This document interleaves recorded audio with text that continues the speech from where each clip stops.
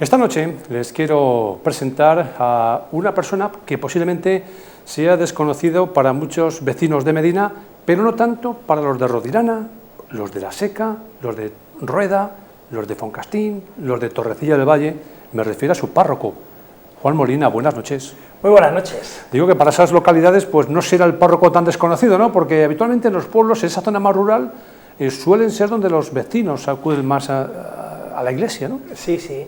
Además eres el único cura que hay en el pueblo. Porque claro, una de las características de las ciudades, bueno, aunque Medina tiene, todos los curas de Medina seguro que los conocen todos los ciudadanos de Medina más o menos, ¿no?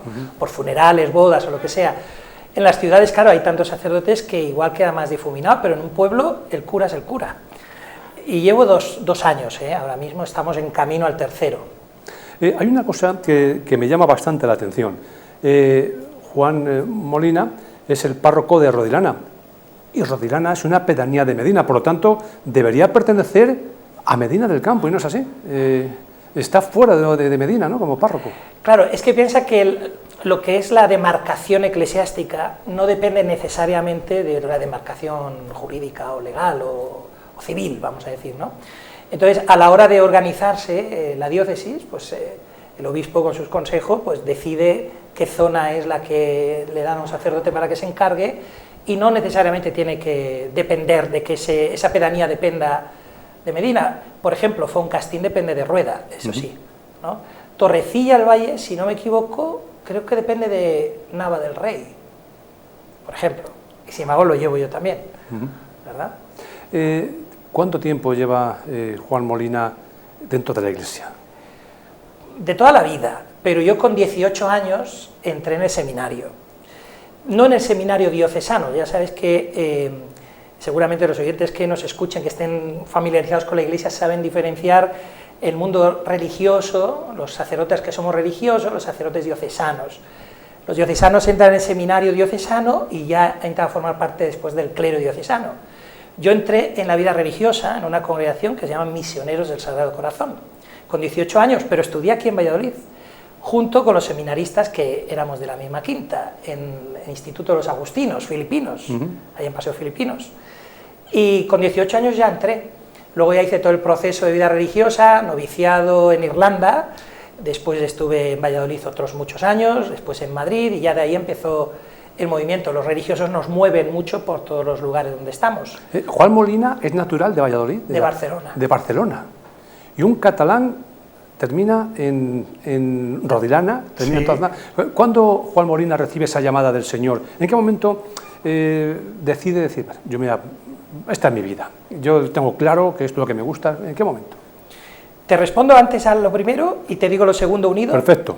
Lo primero es, ¿cuándo un catalán llega a Rodilana? Pues efectivamente, porque yo ahora estoy haciendo un proceso de traslado de la vida religiosa a la vida diocesana. Y me voy a, si Dios quiere, y en el discernimiento es así, que todo apunta a que sí, pues me incorporaré al clero diocesano. Entonces yo ahora mismo dependo directamente del obispo, de Valladolid, del arzobispo. Y por eso el arzobispo es el que me ha enviado a esos pueblos. Si estuviera todavía dependiente de mi superior provincial, no habría estado en estos pueblos, porque solamente nos enviarían donde trabajan los religiosos nuestros, a no ser que en colaboración con el obispo nos mandara a atender a algún pueblo, como así ocurrió en el pasado, ¿no? Eso por un lado. Así que es porque estoy haciendo el paso, digamos, a la vida diocesana de la diócesis de Valladolid. Eso por un lado. Por otro lado, yo creo que sufrí una conversión muy interesante en mi adolescencia, porque si te enseñara una foto mía de cuando era adolescente, 15, 16, 17, seguramente dirías, este no va a ser sacerdote jamás. Yo era heavy, llevaba mi pendiente, mi pelo largo, mi estilo rockero, que sigo siéndolo, porque el rockero se lleva siempre, ¿no? Siempre me gustará, pero las motos, por ejemplo, de las que si quieres ya hablaremos, y todo ese mundo, ¿no? Entonces, sí que es verdad que si tuvieras 4 o 5 chavales delante y dices, ¿cuál de estos 4 crees que va a ser sacerdote?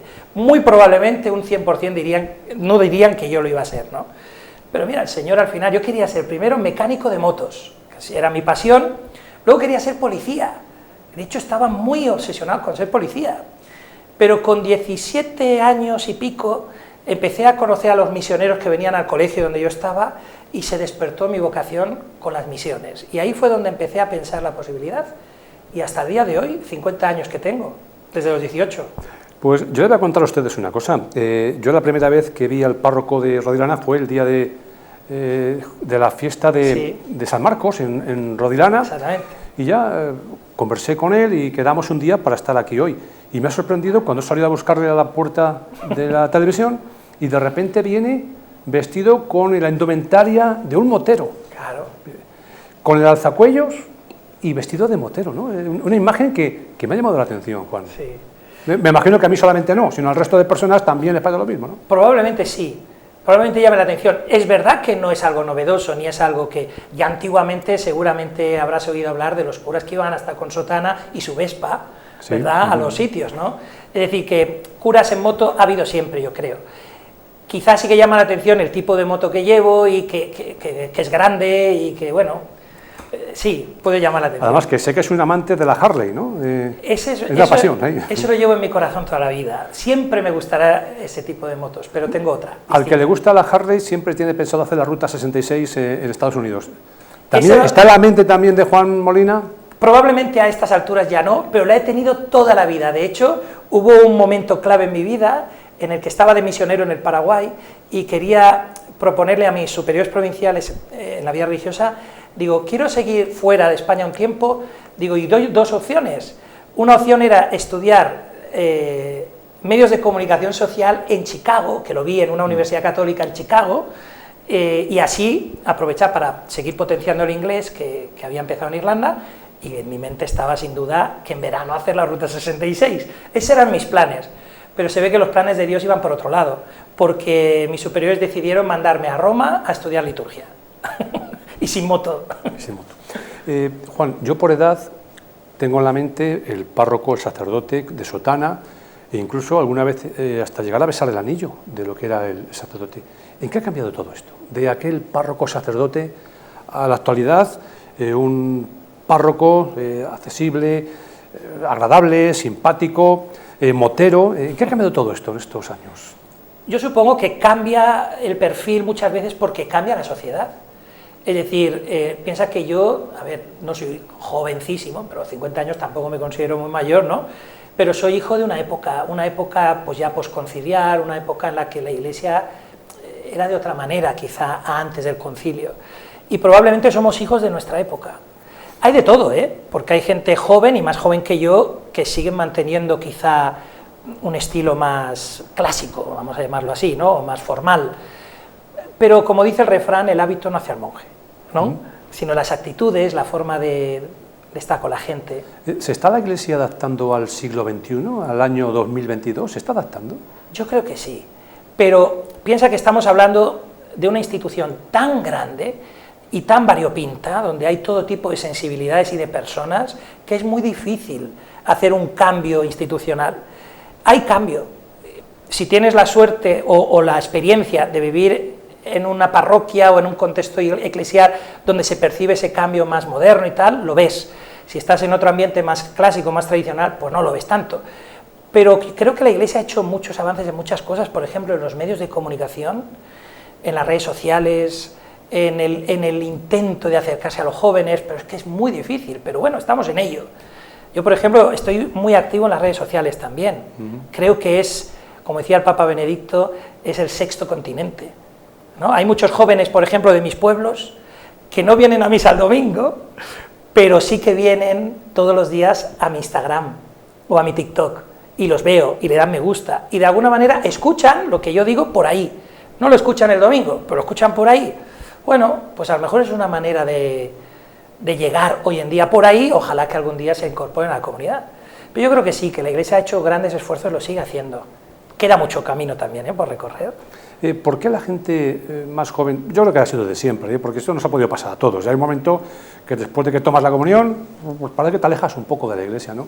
Pero hay otras generaciones que te alejas, pero luego como que tiras a volver. Ahora mismo, yo creo que esa gente más joven, de momento les cuesta más trabajo volver, ¿no? La sociedad que les toca vivir a los jóvenes nuestros de hoy es muy complicada, porque las propuestas que hay en la sociedad actual no precisamente te acercan a los valores eclesiales, ¿no? Hay unas ideologías muchas veces muy marcadas en la sociedad que hacen pues, que el joven no se sienta atraído a lo mejor por los valores eclesiales. Quizá también mirando hacia adentro y no tanto juzgando lo de fuera, ¿no? La Iglesia tiene que hacer un gran esfuerzo de adaptar el mensaje, la forma, a los jóvenes de hoy. En ese sentido, unido a la pregunta de antes, ¿no? Las redes sociales es un camino extraordinario, pero hay muy pocos sacerdotes que están activos ahí. Es como que lo consideran pérdida de tiempo muchas veces, cuando yo considero que no, es al revés. Es una inversión muy hermosa del tiempo, ¿no? Entonces, claro, quizá hay que volver a despertar el deseo de Dios, ¿no? La sed de Dios, y eso es muy difícil. Ahora mismo, Juan Molina lleva, pues como antes comentaba, 5 parroquias. ¿Cuántas misas, cuántas Eucaristías a diario oficia el párroco? Bueno, a diario yo lo he organizado de manera que voy cada día a un pueblo, entre semana. Pero también colaboro a veces pues, con las dominicas de Olmedo, ¿no? Cuando me piden voy a ayudarlas a celebrar la Eucaristía o a confesar, cuando me piden otro sitio voy, etc. A diario suelo hacerlo así, ¿no? Pero sí que es verdad que el fin de semana es cuando viene aquí el terremoto, ¿no? Porque suelo celebrar una el sábado por la tarde en Foncastín y 4 el domingo, seguidas, desde las 10 hasta las 2. Y hay un momento que uno se le olvida en qué pueblo está, cuando se dirige a los feligreses, no sabe si está en Rueda, si está en Torrecilla del Valle, si está en La Seca, si está en Rodilana, ¿no? A mí no sé si le pasará a alguien, ¿eh? A mí no me pasa, ¿sabes por qué? Porque cada pueblo tiene su personalidad, y es verdad, es que son distintos. Estando tan cerca, son distintos. Es distinta la gente de La Seca que la gente de Rodilana, que la gente de Rueda o de los otros 2 pueblos. Y luego las personas que asisten cada domingo a la Eucaristía, los ubicas claramente con esa comunidad, ¿no? A lo mejor sí que te puede pasar en cuestiones organizativas, ¿no? Decir, dije cuando cambiábamos la misa tal día aquí, o lo dije en Rueda, ¿dónde lo dije, no? Eso sí, pero las comunidades tienen una personalidad muy propia, cada pueblo. ¿Qué tal se encuentran las iglesias, los templos? ¿Qué tal están de las 5 parroquias? Yo creo que están en un estado extraordinario. Bueno, tenemos joyas, no me refiero a joyas físicas, sí, sino como templos. Tú visitas, bueno, de hecho, Rodilana, Rueda, La Seca son big. Bueno, La Seca no lo es, pero como si lo fuera, porque es una belleza y tiene un pedazo órgano extraordinario que dicen que es el mejor de la zona, ¿no? Entonces, son bienes de interés cultural. De hecho, en verano se abre siempre las iglesias de estas tres iglesias, ¿no? A nivel material, están en un estado, creo, muy bueno, excelente, bellísimas. Todo el mundo que llega por primera vez y las ve dice, wow, Rodilana mismo, tú fíjate la cúpula que tiene. Eso es, de verdad, algo espectacular, que yo me imagino que todo el mundo debe de pasarse alguna vez por Rodilana para verlo. Sí, desde aquí invitamos, porque ahora, en julio y agosto, va a estar abierto los templos por las mañanas y por la tarde, y Rodilana está a tiro de piedra. Acercarse, además la gente de Rodilana es muy amable, muy cariñosa, pueden acercarse, ver el templo, darse un paseíto por el pueblo.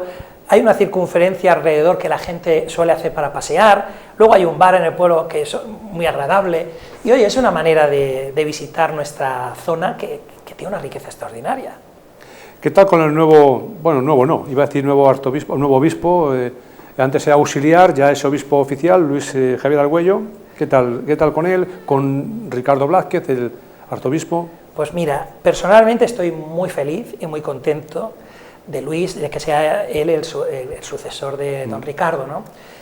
Yo les tengo un agradecimiento muy profundo en mi corazón a los dos, porque en varios procesos que he vivido en mi vida, ellos siempre me han acogido con una paternidad y con un cariño extraordinario que hasta el día de hoy me lo siguen expresando, ¿no?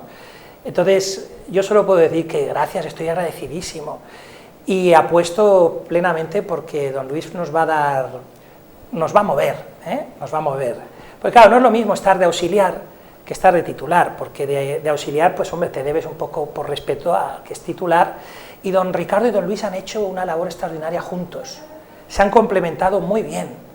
Y don Ricardo hemos tenido la suerte de tenerle en nuestras parroquias. Rodilana este año no hubo confirmaciones, pero en La Seca y Rueda sí que ha habido y ha venido él, ¿verdad? Y yo creo que ahora don Luis, que tomará con muchas ganas y mucha ilusión la diócesis, lo va a llevar adelante muy bien. aquí estamos para lo que haga falta, claro. Además que han sido son dos personas muy populares a nivel nacional, puesto que Ricardo Blázquez fue el presidente de la Conferencia Episcopal y en la actualidad Luis Argüello es el portavoz, por lo tanto, de vez en cuando aparecen los medios de comunicación nacionales, ¿no? Son personas muy conocidas, ¿no? Conocidas y yo creo que bastante queridas, porque ambos han sido personas conciliadoras. Don Ricardo, que lo conoces bien, es un hombre encantador y en las distancias cortas gana mucho don Ricardo, ¿no? Porque es cariñoso, porque es cercano, muy detallista. Yo, por ejemplo, he tenido a mi madre muy delicada hace un poquito tiempo, en la época de las confirmaciones, y las 2 veces que ha venido, las 2 veces preocupándose por mi madre, es decir, es un hombre cercano. Y don Luis, fíjate, con los medios de comunicación le tienen aprecio porque habla claro y dice las cosas por su nombre, pero a la vez con mucha educación, con mucha cortesía, mucha cordialidad, o sea que muy bien, muy queridos también, creo. Tengo yo pendiente desde hace mucho tiempo una entrevista con Luis Argüello, habíamos quedado de acudir a Valladolid a entrevistarle, a ver si lo podemos conseguir, siempre está dispuesto cuando queráis, pero si nos cuesta trabajo ponernos de acuerdo a las dos partes. Quizá tendríais que aprovechar ahora antes de que sea la toma de posesión definitiva, que seguro que le vendrá todo el jaleo encima. Yo, si quieres, aprovechamos desde aquí para hacerle la invitación de nuevo, ¿no? Que se está muy a gusto y sois una familia encantadora. La situación del coronavirus, ¿cómo ha afectado a la Iglesia? Aquella época donde no se podía celebrar la Eucaristía, la misa, hasta la actualidad, ¿cómo ha afectado a la Iglesia? Yo creo que todavía hoy la ha marcado, para mal, me explico, nos ha enfriado mucho, quizá por miedos, quizá porque, piensa que estamos hablando prácticamente de 2 años casi en prolongación, ¿no?, donde ha habido mucha gente que por miedo no iba a los templos, ya no solamente en el confinamiento, que fíjate tú, hemos hecho un esfuerzo titánico, los sacerdotes, por mantener la comunión eclesial a pesar de no poder juntarnos. Yo celebraba la Eucaristía por Facebook, por ejemplo, cada día. Se creó una pequeña comunidad internacional, porque había gente de todas partes, preciosa y muy enriquecedora, ¿no? Pero la Iglesia no es vía Facebook, la Iglesia es presencial, ¿no? Y yo creo que mucha gente todavía le cuesta ir al templo. Quizá nos hemos enfriado también a la hora de crear comunidad física. Y estamos en ello, reactivando los grupos otra vez, volviendo a poner en orden lo que antes había. Pero sí que es verdad que está costando. De hecho, don Ricardo insistía mucho en estos últimos 2 años que yo llevo aquí. Vamos a hacer el esfuerzo de levantarnos del desánimo que ha supuesto el coronavirus y vamos a seguir trabajando y a seguir creando lo que estamos haciendo, ¿no?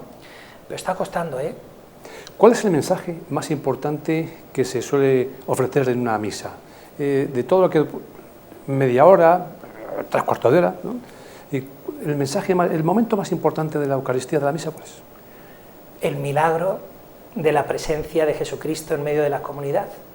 Yo siempre digo que lo que nos enseña la Iglesia, Jesucristo es la cabeza, la Iglesia es el cuerpo.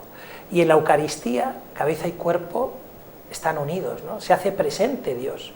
Yo por eso en mis comunidades les insisto mucho. Les digo, no dejéis de ir a la Eucaristía, no abandonéis la Eucaristía, es la fuente de todas las gracias. Y cuando un cristiano abandona la Eucaristía, progresivamente se va enfriando, es nuestro alimento. Entonces yo diría que el momento crucial son las 2 presencias, la presencia de Dios en su palabra, la liturgia de la palabra, y Dios en el pan y el vino transformados en su cuerpo y su sangre. Ese momento de la consagración, fíjate que llevo 23 años de sacerdote y todavía hoy, te lo prometo, me sigo emocionando. Para mí es el momento crucial. La liturgia de la palabra. Todos los domingos, el sermón, conocemos todos los feligreses, cambia, depende del día que sea, ¿no? ¿Quién son los que marcan lo que se debe de decir o por dónde tiene que dirigirse ese sermón? La propia Iglesia, por ejemplo, es decir, el arzobispado de Valladolid marca lo que es en Valladolid, el arzobispado de Toledo lo que es en la zona de Toledo. ¿Quién lo marca eso? Lo marca la palabra de Dios. Es decir, lo que el sacerdote debería de hacer antes de preparar la homilía del domingo, bajo mi punto de vista, es orar la palabra. Es decir, que esa semana la palabra del domingo tiene que estar presente en mi oración, en mi reflexión, leer. ¿Eso quiere decir que a veces puedo aprovechar lo que otros comentaristas han hecho sobre ese texto? Sí. ¿Y me enriquezco con lo que otros han dicho? Sí. Pero a mí personalmente me gusta dejar que el Espíritu hable por mí. Es decir, yo, de hecho, antes de proclamar el Evangelio, el sacerdote hace una oración: ilumina, Señor, mi corazón y mis labios, para que pueda anunciar dignamente tu palabra, tu Evangelio. Y yo esa oración la hago con mucho fervor, porque digo: Señor, ahora después de pronunciar, de proclamar tu palabra, utilízame, ¿no?, para llegar a tu pueblo y tocar el corazón de la gente. Haz que yo diga lo que tú quieres que diga. Y no hay ninguna directriz por parte del obispado, ni del Papa, ni de nadie. Un matiz, porque yo he acudido a Eucaristías, ¿no?, y yo de repente a lo mejor pues el párroco habla del aborto, porque estamos escuchando en televisión que está todas las noticias, todos los informativos, todos los programas hablando del aborto, y de repente vas a misa y te encuentras que el párroco hace referencia al aborto. O sea, sí.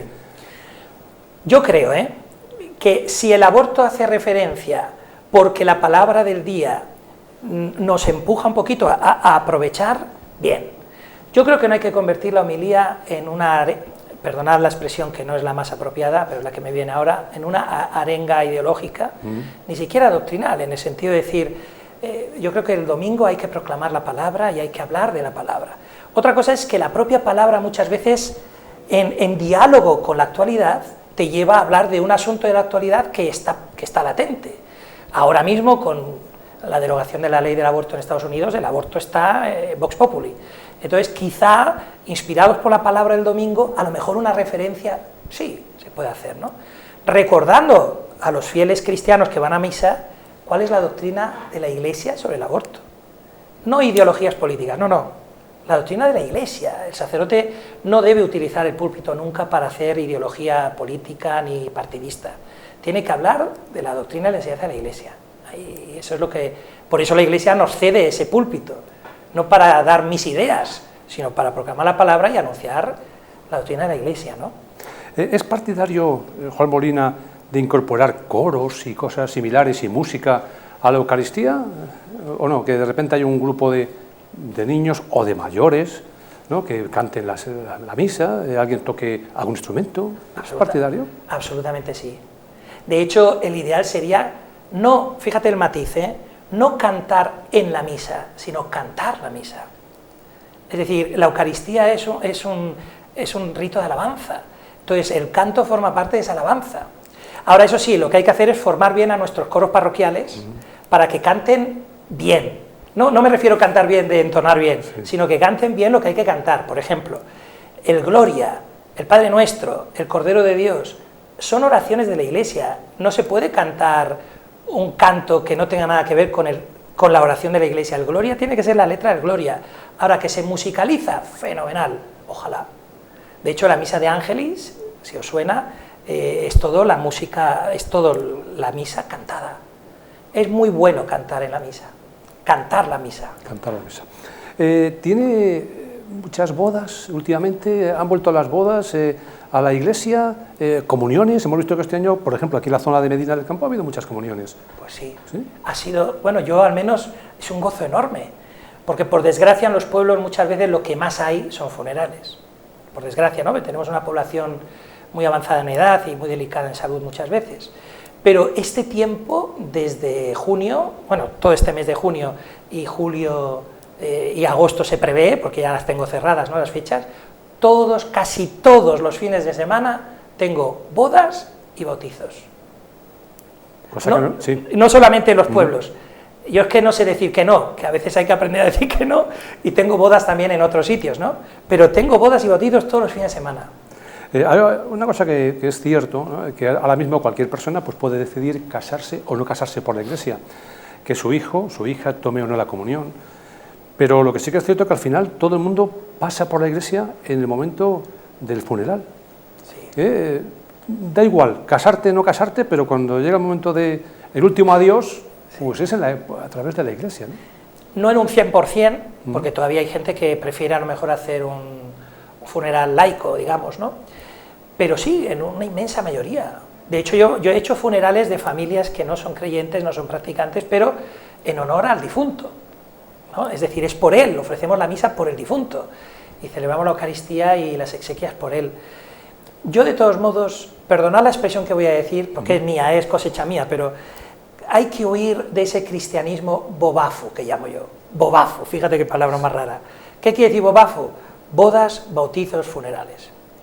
Es decir, hay gente que es cristiana de bodas, bautizos y funerales, nada más. Asiste, digamos, a esa especie de vivencia cristiana social, ¿no? ¿Me han invitado a una boda? Pues voy. ¿A un bautizo? Pues tengo que ir. ¿Y al funeral? Es que tengo que ir, ya por solidaridad humana. No, el cristiano tiene que salir de ese bobafo para vivir la fe cada domingo, cada semana y enriquecerse, ¿no? Crear comunidad, en definitiva, que es de lo que se trata. ¿No llama la atención que uno quiera que su hijo o su hija tome la comunión y casi tú estés en la puerta, que no quieras ni entrar a la iglesia mientras tu hijo toma la comunión? Mira, pues bueno, que ya cuando seamos mayor que decida el hijo, ¿no? Absolutamente. ¿Qué pintamos aquí nosotros si yo no quiero estar en la iglesia y que mi hijo tome la comunión? Exacto. Fíjate que hay dos grandes sacramentos de la iniciación cristiana, que son tres, ¿no? Bautizo, comunión y confirmación. La confirmación, en teoría, se recibe cuando uno ya tiene sentido común y sabe lo que está haciendo en plena conciencia, ¿no? Pero el bautizo, que a menudo es cuando somos niños, y la comunión, que seguimos siendo niños, la familia ocupa un lugar fundamental. Por eso yo insisto mucho, y creo que los sacerdotes insistimos mucho en general, y don Luis, por ejemplo, en la entrevista que hizo el mismo día que anunció que iba a ser arzobispo, lo insistió. Dijo, la familia cristiana es primordial. Y en esos dos sacramentos, por ejemplo, ahora hemos hecho un esfuerzo que creo que ha sido un éxito, de involucrar a las familias en el proceso de catequesis a la comunión.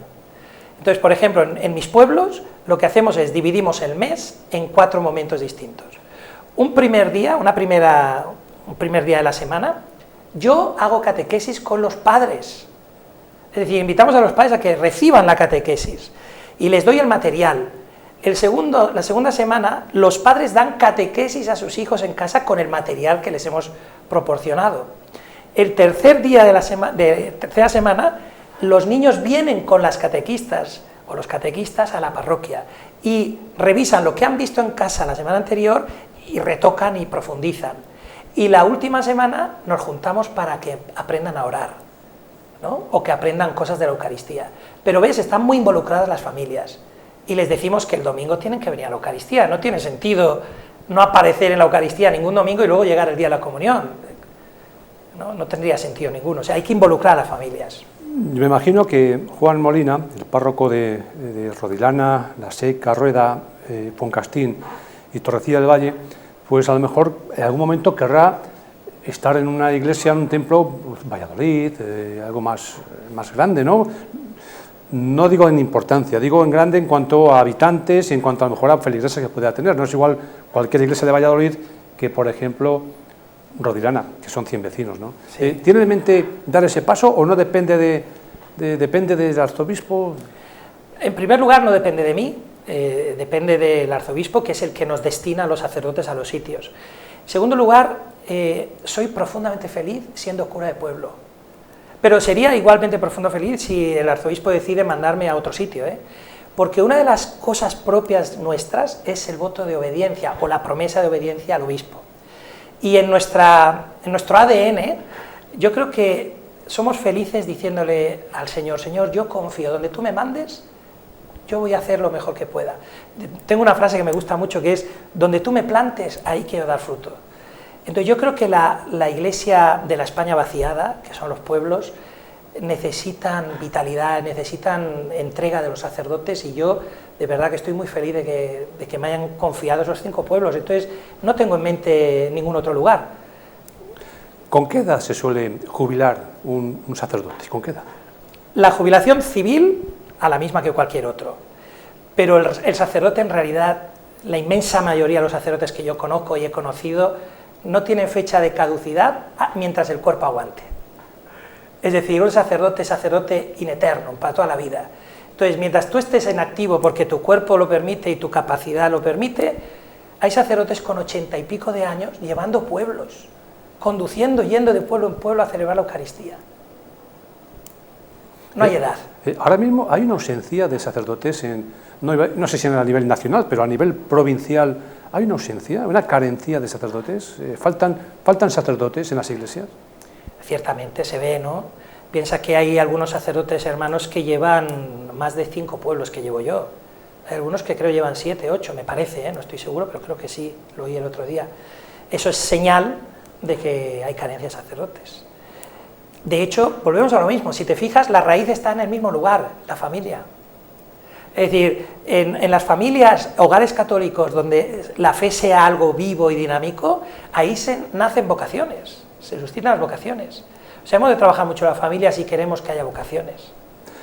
Pues hemos conocido, no un poco más, porque seguramente que muchos de ustedes, si son de Medina, algunas zonas, no conocían a Juan Molina, pero hemos conocido a un sacerdote que a partir de allá pues se pueden ver como un sacerdote que es motero, que le gustaba de joven el rock, yo no sé si le sigue gustando el rock, sí, ¿verdad? Sí. Sigue gustando el rock, y que le pueden ver todos los días que vayan, acudan a las iglesias que él lleva a las parroquias, y que yo creo que por lo que me cuentan lo está haciendo fenomenal, porque también tienen que decir mucho los feligreses, con sus sacerdotes. Absolutamente. Y yo veo que están contentos. Cuando yo fui a Rodirana, así me lo mostraron todos, que estaban encantados.